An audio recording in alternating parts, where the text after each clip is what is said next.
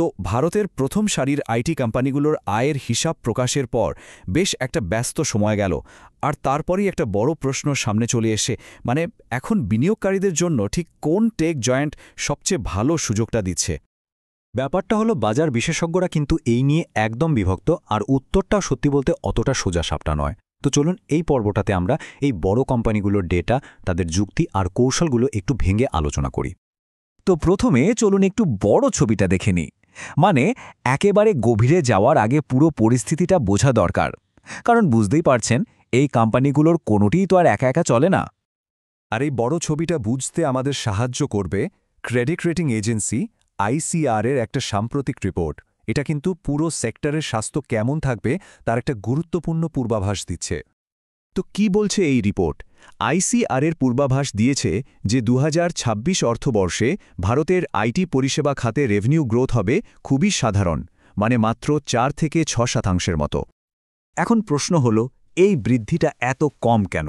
আসলে এর পেছনে বেশ কয়েকটা গ্লোবাল চ্যালেঞ্জ আছে, যা প্রায় সব বড় কোম্পানিকেই প্রভাবিত করছে। বেশ, এই প্রেক্ষাপটটা তো বোঝা গেল। এবার চলুন সেই মূল বিতর্কে ফেরা যাক, কোন স্টকটা বেছে নেওয়া উচিত। আর এখানেই বিশেষজ্ঞরা একেবারে ভিন্ন ভিন্ন মত দিচ্ছেন। এই স্লাইডটাই কিন্তু বিতর্কের আসল জায়গা। দেখুন, অ্যানালিস্টরা এক একজনের জন্য এক এক রকম পরামর্শ দিচ্ছেন। যেমন TCSকে ধরা হচ্ছে সবচেয়ে সেফ বাজি, রক্ষণশীল বিনিয়োগকারীদের জন্য। কারণটা কি? এর হাই মার্জিন প্রোফাইল আর নিয়মিত ডিভিডেন্ড। আবার অন্যদিকে ইনফোসিসকে বলা হচ্ছে বৃদ্ধি আর স্থিতিশীলতার একটা দারুণ ব্যালেন্স, কারণ তাদের ভবিষ্যতের গাইডেন্স বেশ ভালো, আর AI-এর ক্ষেত্রেও তারা নেতৃত্ব দিচ্ছে। আর সবশেষে আছে উইপ্রো, যেটা একটা অ্যাগ্রেসিভ টার্নারাউন্ডের গল্প। বুঝতেই পারছেন বিশেষজ্ঞরা একদম বিভক্ত, যা বিনিয়োগকারীদের জন্য একটা বেশ মজার ধাঁধা তৈরি করেছে। এই যে একটা দ্বন্দ্বের কথা বললাম, এটা আরও ভালো করে বুঝতে চলুন উইপ্রোকে একটা কেস স্টাডি হিসেবে দেখি, কারণ ওদের সাম্প্রতিক ফলাফলগুলো এই সেক্টরের মিশ্র সংকেতগুলোকে একেবারে নিখুঁতভাবে তুলে ধরে। উইপ্রোকে কিন্তু একটা টার্নঅ্যারাউন্ড স্টোরি হিসেবেই দেখা হচ্ছে, একটা পরিবর্তনের মধ্যে দিয়ে যাচ্ছে কোম্পানিটা। আর ওদের প্রথম কোয়ার্টারের সংখ্যাগুলো যেন দুটো ভিন্ন বাস্তবতার গল্প বলছে। একদিকে দেখুন, কোম্পানিটা এই কোয়ার্টারে মোট $5 বিলিয়ন বুকিং রিপোর্ট করেছে। ভাবা যায়, গত বছরের তুলনায় এটা কিন্তু 51% বেশি। কিন্তু এখানেই আসল ব্যাপারটা। একদিকে যেমন এত বড় ডিল জিতেছে, অন্যদিকে ওদের আইটি পরিষেবা থেকে রেভিনিউ আসলে 2.3% কমে গেছে। এই যে দুটো একেবারে বিপরীত সংকেত, এটাই কিন্তু মূল দ্বিধা। উইপ্রো ম্যানেজমেন্ট কি বলছে? তাদের বাজিটা হলো AI-এর ওপর।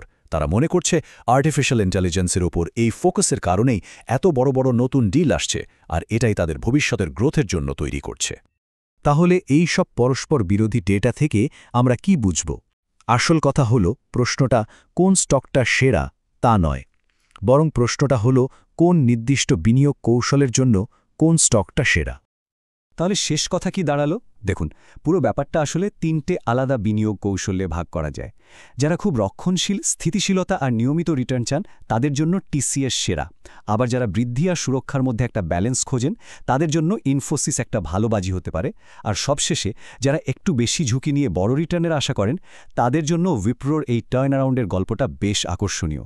সুতরাং দিনের শেষে সেরা স্টক কোনটা, সেই উত্তরটা কিন্তু নির্ভর করছে বিনিয়োগকারীর নিজের ঝুঁকি নেওয়ার ক্ষমতা আর তার আর্থিক লক্ষ্যের উপর। তবে শেষ করার আগে একটা খুব জরুরি প্রশ্ন থেকে যায়।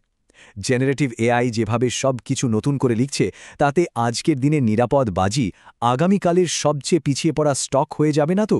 কারণ AI-এর এই দ্রুত উত্থান কিন্তু পুরো ইন্ডাস্ট্রির ছবিটাই বদলে দিতে পারে।